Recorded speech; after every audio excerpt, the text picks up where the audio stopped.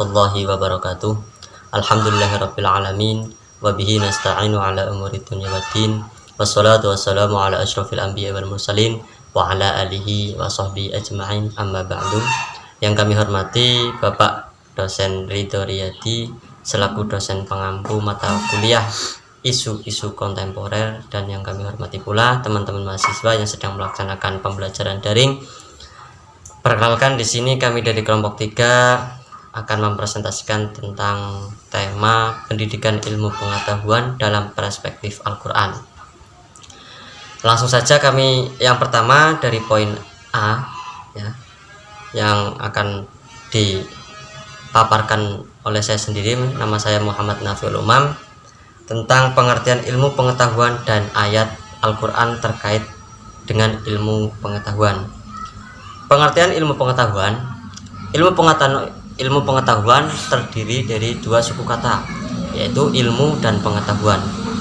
Nah, secara etimologi atau secara bahasa, ilmu dalam bahasa Inggris disebut dengan science ya.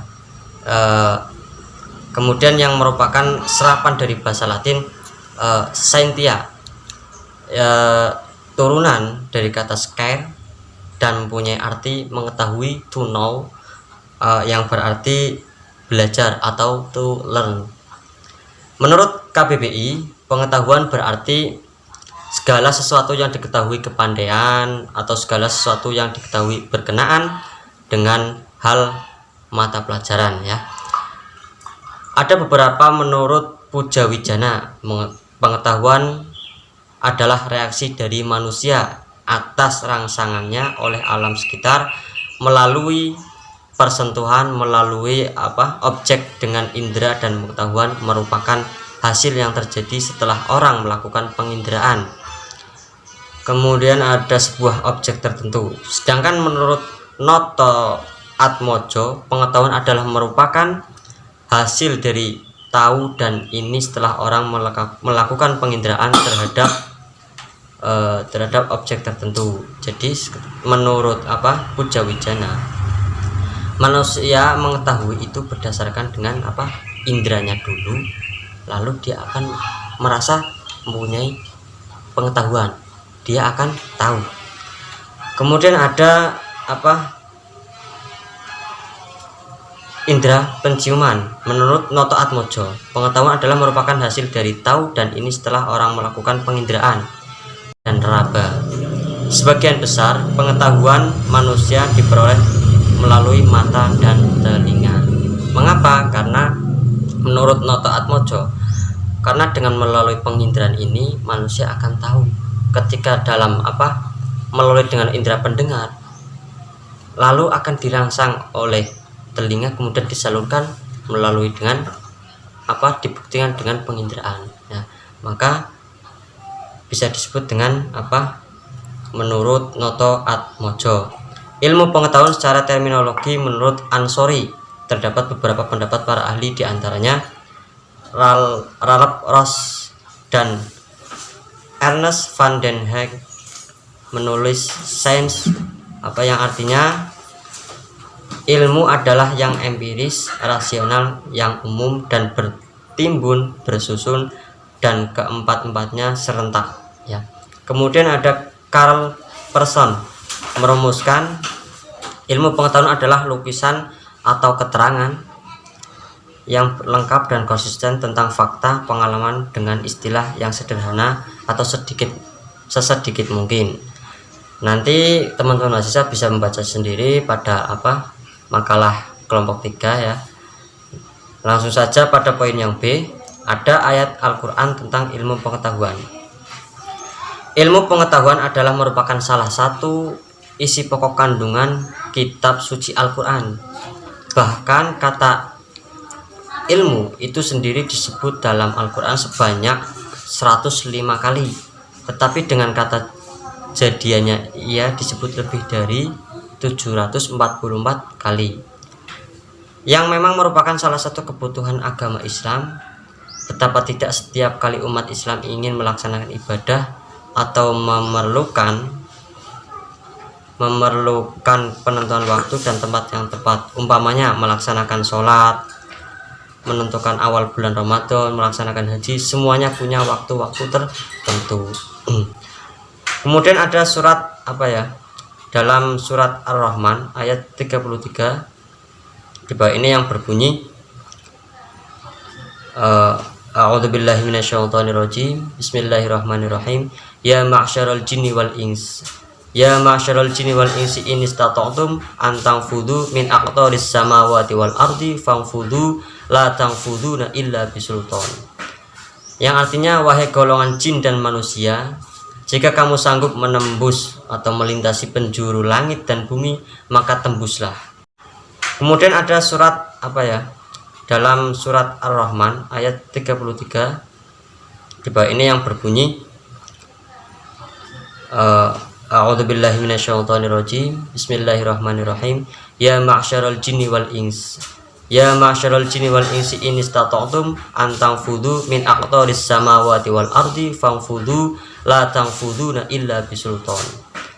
Yang artinya, wahai golongan jin dan manusia, jika kamu sanggup menembus atau melintasi penjuru langit dan bumi, maka tembuslah.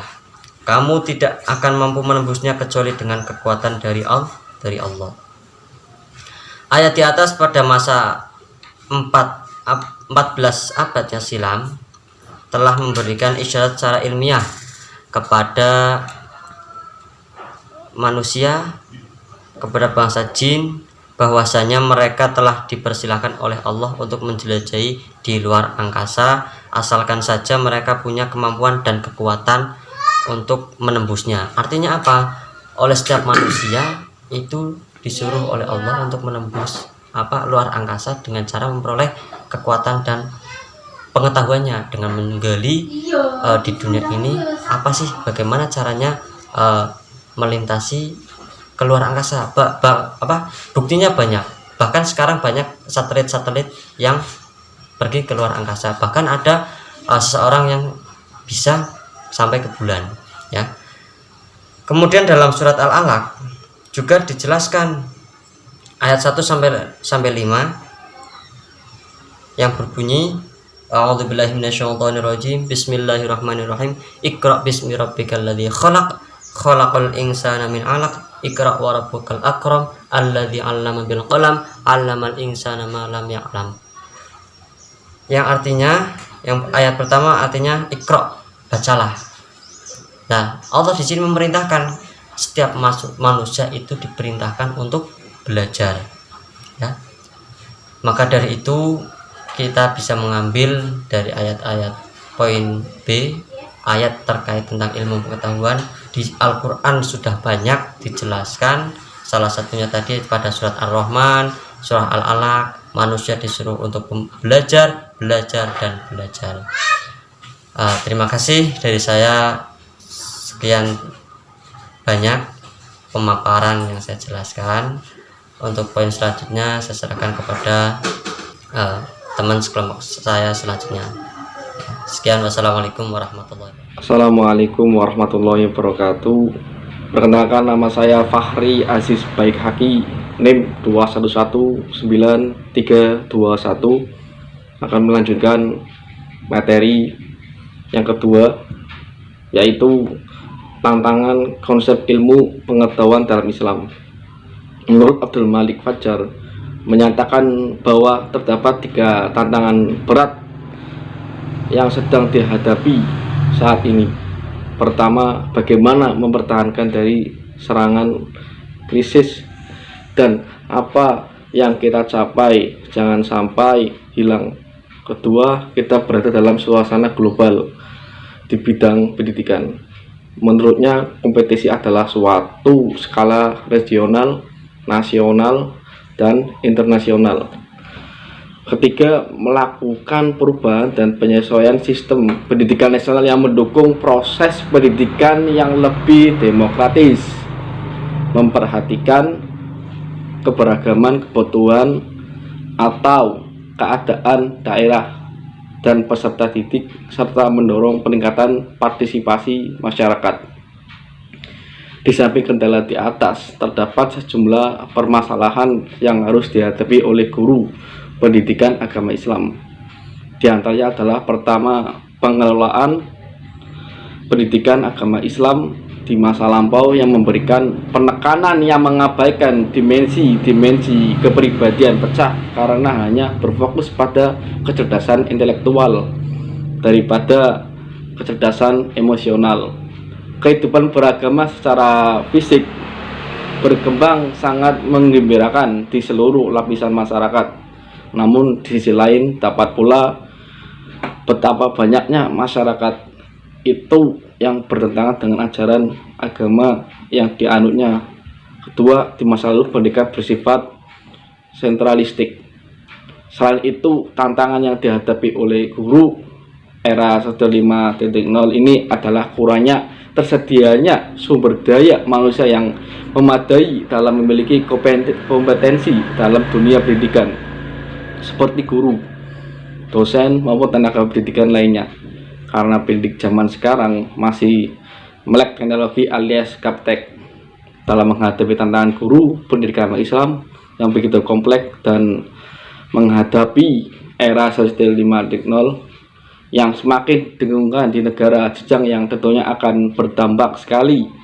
Oleh karena itu, guru pendidikan agama Islam harus mampu menghadapi tantangan-tantangan yang akan dihadapi tersebut.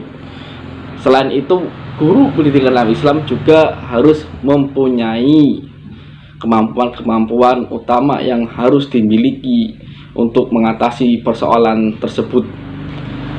3 kemampuan utama tersebut diantaranya sebagai berikut. 1. Kemampuan dalam memecahkan suatu masalah. Setiap individu maupun komponen masyarakat harus mampu dan memecahkan berbagai masalah yang dihadapi. Proses pemecahan masalah tentunya membutuhkan strategi yang pas atau cocok untuk memecahkan persoalan atau masalah yang dihadapi. Yang kedua, kemampuan untuk bisa berpikir secara kritis. Cara berpikir yang harus selalu dikenalkan dan dibiasakan adalah cara berpikir untuk beradaptasi di masa depan, yaitu analitis, kritis, dan kreatif. Cara berpikir itulah yang disebut cara berpikir tingkat tinggi. Bukanlah berpikir biasa-biasa saja, tapi berpikir secara kompleks, berjenjang, dan sistematis. Yang ketiga, kemampuan untuk berkreativitas. Kreativitas dapat diartikan sebagai kemampuan untuk berpikir tentang sesuatu dengan suatu cara yang baru dan tidak biasa, dan menghasilkan penyelesaian yang unik terhadap berbagai persoalan. Orang-orang yang kreatif akan dapat berpikir mandiri, mempunyai daya imajinasi, mampu membuat keputusan sehingga akan mempunyai keyakinan, dan mereka tidak dapat dipengaruhi oleh orang lain. Dalam pengembangan kreativitas bukan hanya faktor emosi, melainkan juga adanya faktor kepercayaan dalam diri siswa untuk memunculkan kreativitasnya. Keyakinan diri merupakan hal yang penting dalam kreativitas. Ya, yang bisa saya sampaikan hanya seperti itu. Nanti akan dilanjutkan oleh pemateri yang ketiga. Terima kasih. Assalamualaikum warahmatullahi wabarakatuh. Yaitu sikap dan penerapan ilmu pengetahuan dalam Islam. Saya akan sedikit menjelaskan tentang materi tersebut. Yang pertama, mengambil manfaat dari ilmu pengetahuan dalam rangka mengabdi kepada Allah. Ilmu yang harus dikembangkan untuk mengambil manfaat dalam rangka mengabdi kepada Allah, sebab Allah Subhanahu wa Ta'ala telah menundukkan segala apa yang ada di langit dan ada yang ada di bumi untuk kepentingan manusia. Nah, setiap ilmu pastilah memiliki berbagai manfaat yang baik, bisa dirasakan secara langsung maupun dirasakan dalam jangka panjang. Nah, yang kedua, menerapkan ilmu pengetahuan dalam kehidupan sehari-hari. Setiap ilmu yang kita terapkan dalam kehidupan sehari-hari akan membantu kita baik dalam urusan duniawi maupun urusan akhirat. Hal ini sejalan dengan hadis,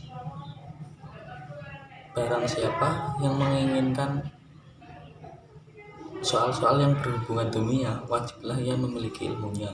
Dan barang siapa yang ingin selamat dan berbahagia di akhirat, wajiblah ia memiliki ilmunya. Dan barang siapa yang menginginkan keduanya, wajiblah ia memiliki ilmu kedua-duanya pula. Hadis ini diriwayatkan oleh Bukhari dan Muslim.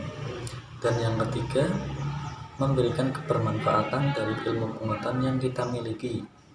Dalam Quran surat Fusilat ayat 47 yang artinya barang siapa yang mengerjakan amal soleh maka pahalanya untuk dirinya sendiri, dan barang siapa yang berbuat jahat maka atas dirinya sendiri, dan sekali-kali Tuhanmu tidaklah menganiaya hamba-hambanya. Nah, setiap ilmu pengetahuan yang memberikan kebermanfaatan maka setidaknya akan mengalirkan kebaikan bagi dirinya sendiri dan juga orang-orang di sekitarnya. Yang keempat, tidak merusak lingkungan dengan ilmu pengetahuan. Allah Subhanahu wa Ta'ala sangatlah tidak melarang umatnya untuk merusak bumi, sebagaimana firman Allah Subhanahu wa Ta'ala dalam surat Al-A'raf ayat 7 yang artinya, dan janganlah kamu berbuat kerusakan di muka bumi sesudah Allah memperbaikinya. Berdoalah kepadanya dengan rasa takut tidak akan diterima dan harapan akan dikabulkan. Sesungguhnya Allah sangat dekat kepada orang-orang yang berbuat baik.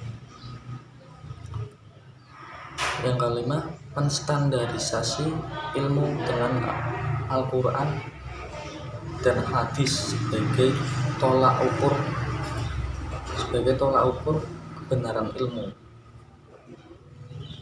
Akidah Islam haruslah dijadikan basis dari segala konsep dan aplikasi ilmu kepengetahuan dan teknologi. Islam harusnya dijadikan paradigma utama kaum muslim sebagai paradigma atau konsep yang telah diajarkan di dalam Al-Quran dan hadis, karena semua ilmu ini benar dan datangnya dari Allah Subhanahu wa Ta'ala. Nah, Islam merupakan agama pengetahuan. Sumber utama agama Islam, Al-Quran dan hadis, yang menjelaskan ilmu pengetahuan dengan seluruh aspeknya, sekaligus menganjurkan dan mendorong umatnya untuk menggali, mengkaji, dan menformulasi ilmu pengetahuan yang ada. Adapun proses yang digunakan berkembang sesuai dengan perkembangan zaman. Dorongan dan perintah Islam tersebut akan bermanfaat bagi kehidupan manusia itu sendiri. Apa yang disampaikan Islam bukanlah tanpa arti dan manfaat sama sekali, sebab tidak ada perintah dan larangan dalam Islam yang merugikan, akan tetapi menguntungkan bagi seluruh alam. Nah, itu merupakan penjelasan dari saya mengenai sikap dan penerapan ilmu pengetahuan dalam Islam. Kurang lebihnya mohon maaf. Sekian, wassalamualaikum warahmatullahi wabarakatuh.